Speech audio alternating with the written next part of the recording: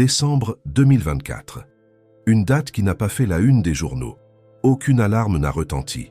Aucun président n'a prononcé de discours d'urgence. Mais dans les couloirs silencieux des banques centrales, sur les terminaux obscurs des traders de nuit, dans les algorithmes qui ne dorment jamais, quelque chose a changé. En moins de 72 heures, la Chine a retiré du marché américain l'équivalent de 80 milliards de dollars de bons du Trésor. Ce ne fut pas un accident, mais un choix.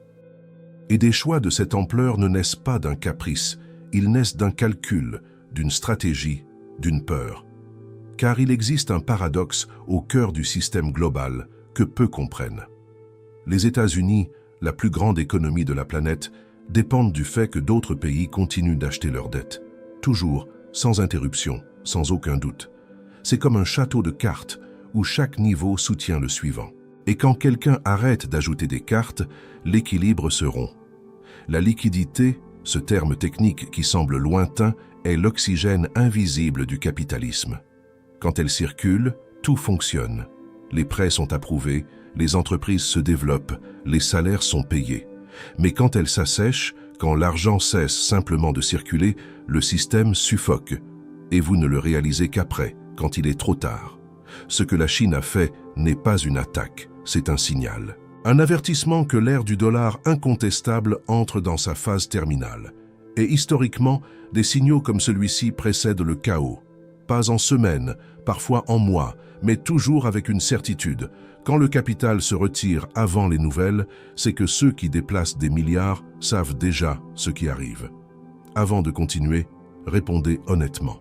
Lorsque vous regardez l'avenir, avez-vous le sentiment que nous nous dirigeons vers la stabilité ou vers quelque chose de bien plus grand qu'une crise ordinaire? Commentez ci-dessous.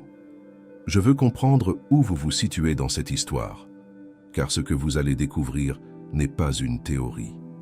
C'est la carte cachée d'une transformation silencieuse qui a déjà commencé, et seuls les attentifs sentent le sol bouger avant le tremblement de terre.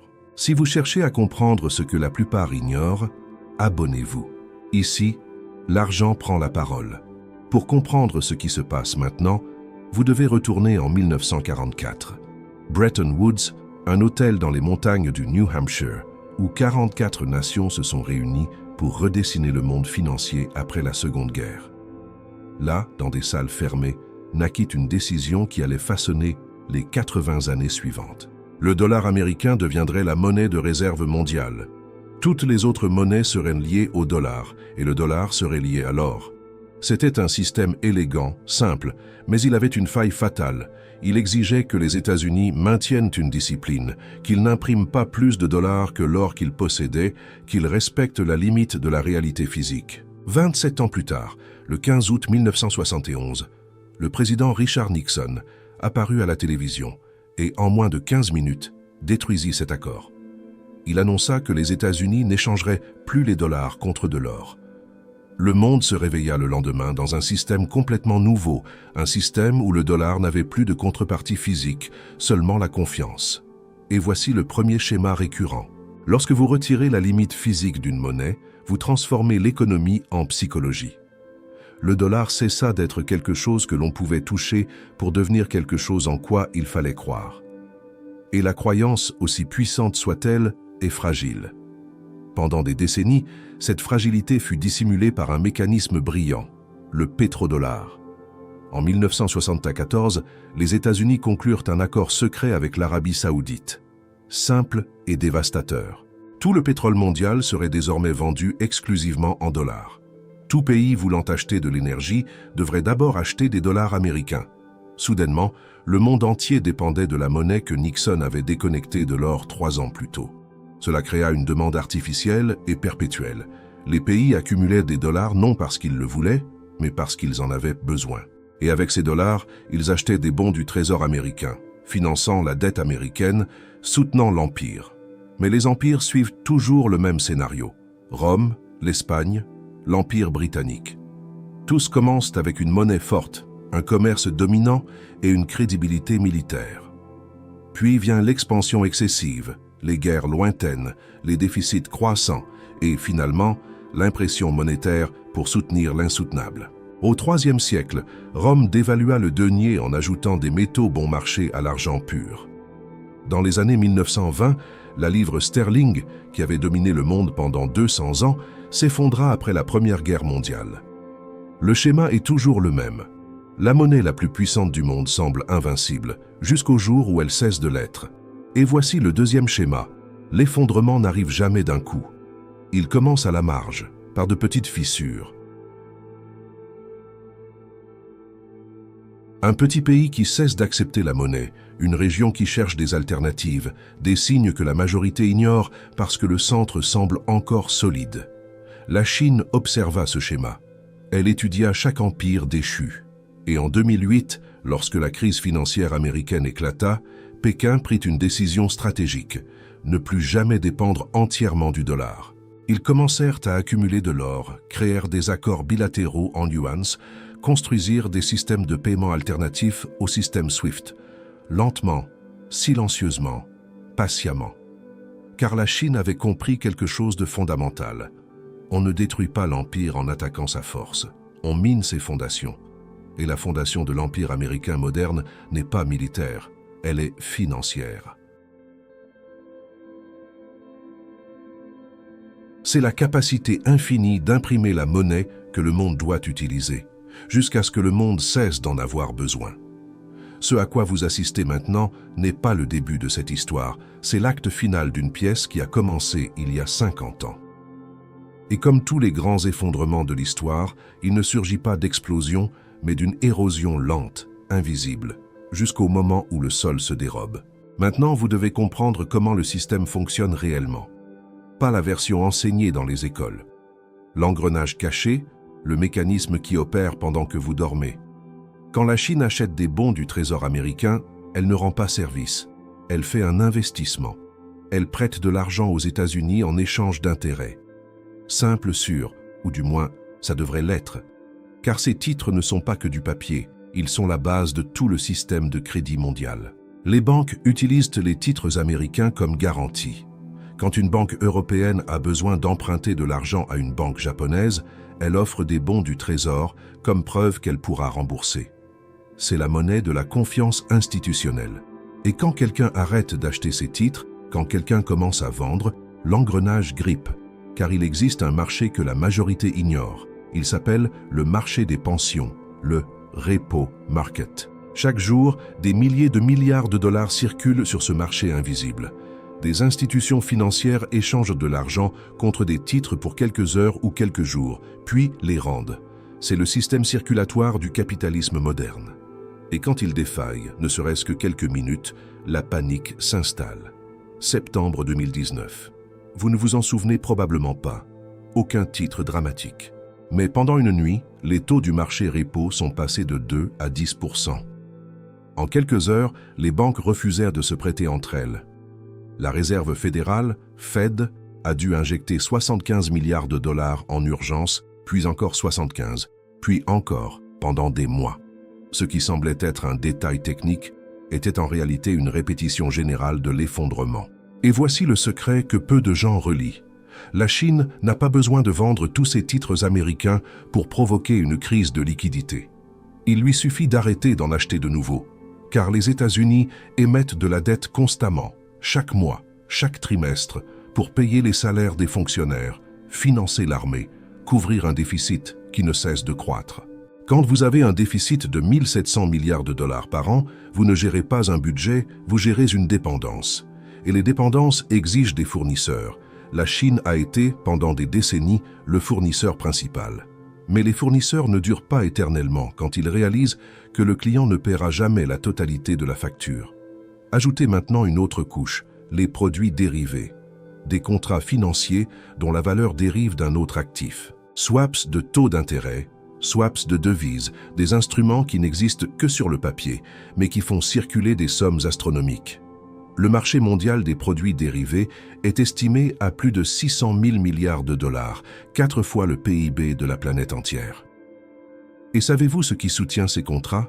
La liquidité. La capacité de convertir rapidement des positions en argent. Quand la liquidité s'assèche, ces contrats deviennent des bombes à retardement, car tout est interconnecté. Une banque doit à une autre, qui doit à une autre, qui doit à des fonds qui doivent à des retraites, qui vous doivent à vous. En 2008, le déclencheur fut l'immobilier. Des hypothèques pourries emballées comme des actifs sûrs. Mais le véritable effondrement eut lieu quand les banques réalisèrent qu'elles ne savaient pas qui devait quoi à qui. La toile des produits dérivés était devenue si complexe que la confiance s'évapora. Et sans confiance, il n'y a pas de crédit.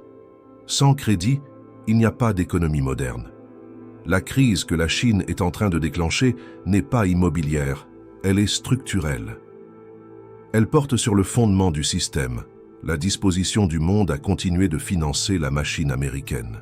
Et quand cette disposition change, quand le plus grand créancier du monde décide de reculer, les marges de sécurité disparaissent, car le système a été construit en supposant une croissance éternelle, une liquidité infinie, une confiance permanente. Mais l'histoire enseigne que rien n'est éternel. Et quand vous construisez un château sur des hypothèses fragiles, il suffit d'une pierre retirée pour que toute la structure remette en question sa propre stabilité. La Fed peut imprimer des dollars, elle peut injecter des liquidités en interne, mais elle ne peut pas forcer la Chine à accepter ces dollars. Elle ne peut pas obliger le monde à avoir confiance. Et c'est le piège invisible. Le pouvoir de créer de la monnaie est illusoire quand d'autres décident qu'ils ne veulent plus la détenir. Vous êtes en train d'assister à la différence entre liquidité et solvabilité. La liquidité, c'est avoir de l'argent disponible maintenant.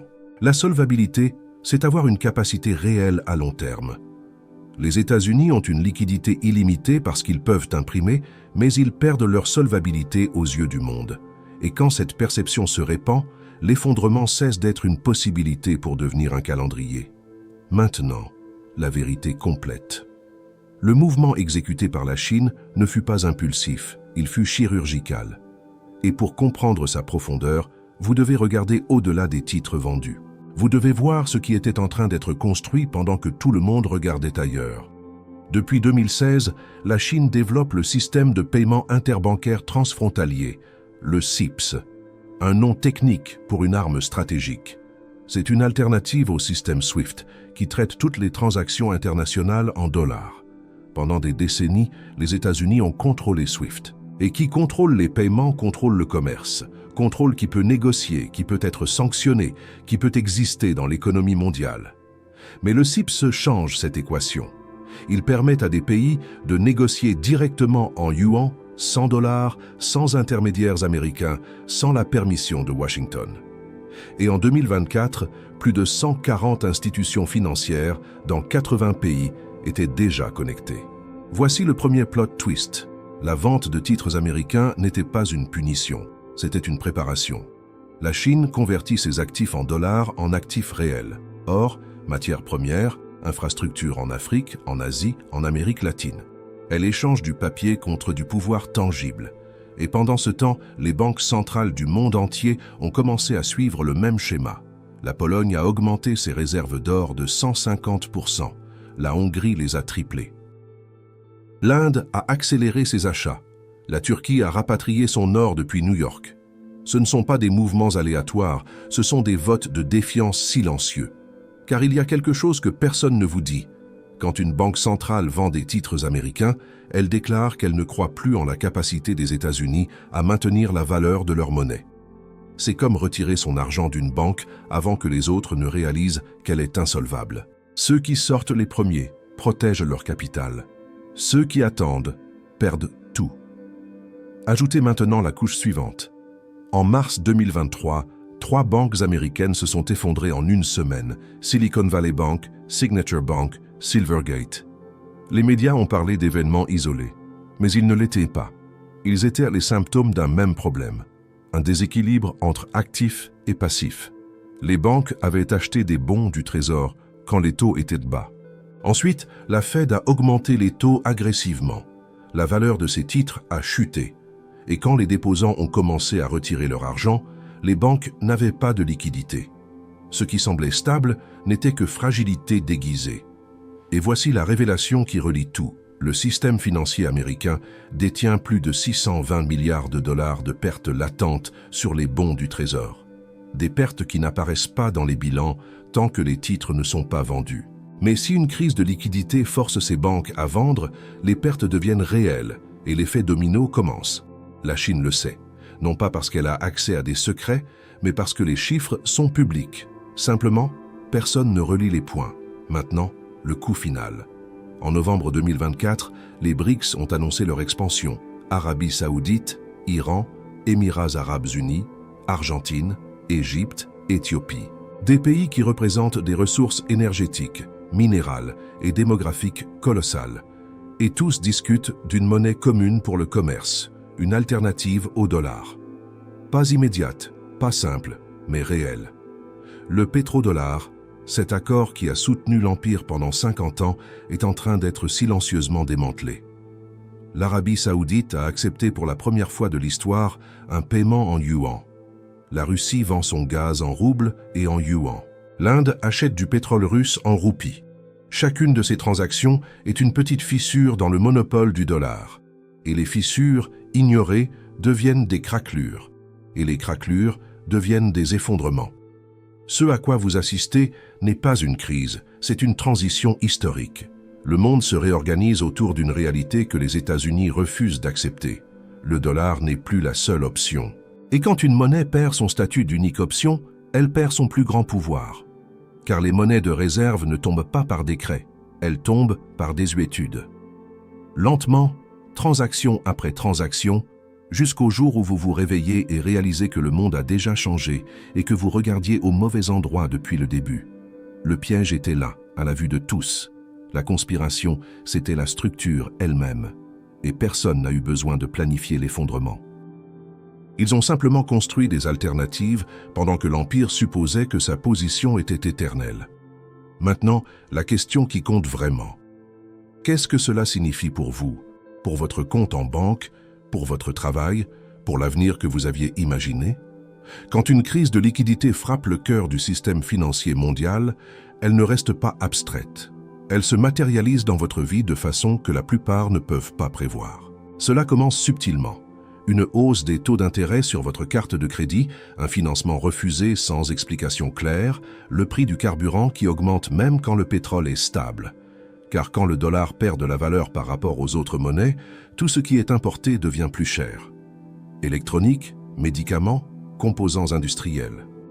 Et au Brésil, un pays encore profondément dépendant des importations pour des secteurs critiques, cela signifie une inflation silencieuse. Pas celle qui apparaît immédiatement dans les indices officiels, mais celle qui ronge votre pouvoir d'achat mois après mois. Votre retraite, si elle est investie dans des fonds conventionnels liés au marché américain, est exposée. Les fonds de pension mondiaux détiennent des milliers de milliards en bons du Trésor américain. Si ces titres se déprécient, l'impact ne touche pas seulement les retraités de Miami, il touche les fonds brésiliens, européens, asiatiques. Il touche l'argent que vous avez déposé en croyant qu'il était en sécurité. Les prêts aux entreprises deviennent plus chers. Les entreprises qui dépendent du crédit pour fonctionner commencent à réduire leurs coûts. Et le coût dans le capitalisme moderne a un nom, les personnes. Les licenciements n'arrivent pas comme des gros titres annonçant une crise. Ils arrivent comme des restructurations, des optimisations, des nécessités inévitables dans un environnement de crédit restreint. Mais il y a une différence entre être frappé par la vague et savoir nager, entre être spectateur de l'effondrement et être stratège de la survie. Et pour cela, vous avez besoin d'un plan. Premièrement, diversifier au-delà du papier. Actifs réels, or physique si possible. Pas de contrats à terme, pas d'ETF. Du métal que vous pouvez toucher. Car quand la confiance dans les systèmes numériques vacille, le tangible devient refuge. Deuxièmement, réduisez votre exposition au dollar. Si vous gardez votre épargne en devise américaine en espérant une appréciation éternelle, reconsidérez cela. Diversifiez vers des monnaies de pays avec un excédent commercial, une faible dette publique et des réserves solides, francs suisses, couronne norvégienne. Envisagez même une part en yuan. Troisièmement, constituez des réserves d'urgence dans des actifs qui ne dépendent pas des banques. Les crypto-monnaies décentralisées, avec toute leur volatilité, représentent une alternative hors du système traditionnel. Non pas comme spéculation, mais comme assurance contre un contrôle centralisé. Quatrièmement, investissez dans des compétences qui transcendent les crises. L'éducation que l'on ne peut pas confisquer, les connaissances techniques, les réseaux de contacts réels. Car dans les effondrements financiers, Ceux qui possèdent des compétences rares survivent, tandis que ceux qui ne dépendent que du capital accumulé coulent. Cinquièmement, comprenez où votre argent se trouve réellement. Les fonds d'investissement ne sont pas des coffres-forts. Ce sont des paris gérés par des tiers sur des actifs que vous ne contrôlez pas. Quand les crises de liquidité éclatent, les rachats sont bloqués, les fonds gèlent les retraits. Vous découvrez que votre argent n'a jamais vraiment été le vôtre. Sixièmement, protégez-vous contre l'inflation avec des actifs productifs. Terres agricoles, biens immobiliers dans des régions stratégiques, tout ce qui génère de la valeur indépendamment des systèmes financiers. Car la nourriture, le logement et l'énergie ne perdent jamais leur pertinence, ils changent seulement de prix. Septièmement, évitez les dettes à long terme dans des monnaies instables. Si vous envisagez un gros financement, réfléchissez à 2 fois. Les taux d'intérêt peuvent exploser du jour au lendemain quand les banques centrales entrent en mode panique. Ce qui semble être une mensualité abordable aujourd'hui peut devenir impayable demain. Huitièmement, gardez une partie de vos ressources en dehors du système bancaire traditionnel. Je ne suggère pas de les mettre sous un matelas. Je suggère que vous compreniez que les banques en crise ne sont pas vos alliés. Ce sont des institutions qui se protégeront elles-mêmes en premier. Neuvièmement, suivez les signaux avant les gros titres, les mouvements des banques centrales, les ventes massives de titres, les changements dans les accords commerciaux bilatéraux. Quand le capital institutionnel se déplace, il se déplace toujours avant les nouvelles. Et si vous attendez les gros titres, il est déjà trop tard. Dixièmement, acceptez que le monde que vous avez connu est en train de changer et que des changements de cette ampleur ne sont pas temporaires, ils sont tectoniques. Le système qui a soutenu 70 ans de relative stabilité est en train d'être remplacé. Et ceux qui s'obstinent avec les stratégies du passé perdent le prix de la nostalgie. Si vous voulez comprendre où l'argent va vraiment, abonnez-vous. Car l'histoire se répète, mais seuls les attentifs le perçoivent. Il existe une question qui traverse toute l'histoire humaine. Une question que les philosophes, les rois et les révolutionnaires ont tenté de résoudre sans jamais y parvenir complètement. Ce qui donne de la valeur à l'argent, ce n'est pas le papier, ce n'est pas le métal, ce ne sont pas les chiffres sur les écrans numériques. C'est quelque chose de bien plus fragile et bien plus puissant. C'est la croyance collective. C'est l'accord tacite de milliards de personnes qui acceptent que ce morceau de papier, ce chiffre, cette promesse vaut quelque chose de réel. Mais toute croyance a une limite. Et quand cette limite est testée, quand la foi commence à se fissurer, vous découvrez une vérité inconfortable. Les empires ne tombent pas parce qu'ils perdent des guerres, ils tombent parce qu'ils perdent leur crédibilité. Et la crédibilité, une fois perdue, est impossible à retrouver avec la force militaire ou la rhétorique politique. Ce que vous avez vu tout au long de ce documentaire n'était pas seulement l'histoire d'une crise financière, c'était le récit d'un cycle qui se ferme. Le cycle qui a commencé à Bretton Woods, qui s'est accéléré en 1971, qui s'est consolidé avec le pétrodollar et qui maintenant, 80 ans plus tard, atteint son point d'inflexion. La Chine n'a pas eu besoin de déclarer la guerre. Elle n'a pas eu besoin d'envahir des territoires. Elle a seulement eu besoin de faire ce que tous les empires précédents ont fait quand ils ont réalisé que le dominant était faible, construire des alternatives et attendre. Car l'histoire enseigne que les hégémonies n'admettent jamais leur propre décadence. Rome ne s'est pas réveillée un jour en disant « c'est fini ».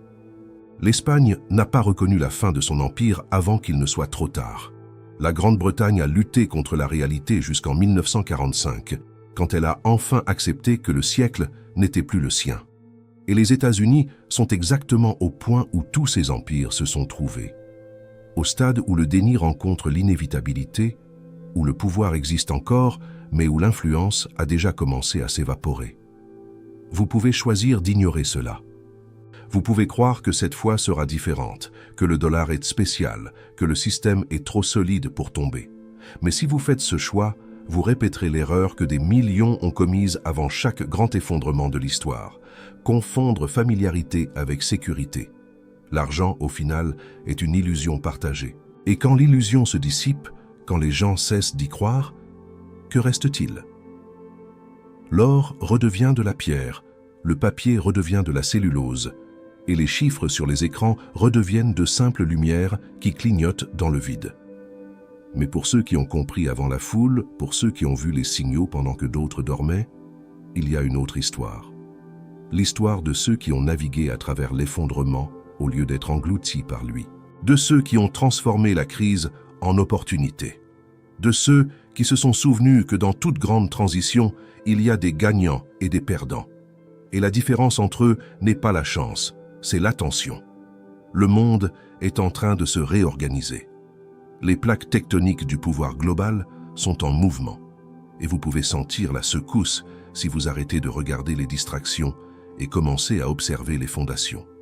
Car l'argent n'est pas du papier, c'est la foi. Et quand la foi se brise, le monde découvre sa véritable histoire. L'argent a de la mémoire. Ici, nous racontons ce qu'elle révèle.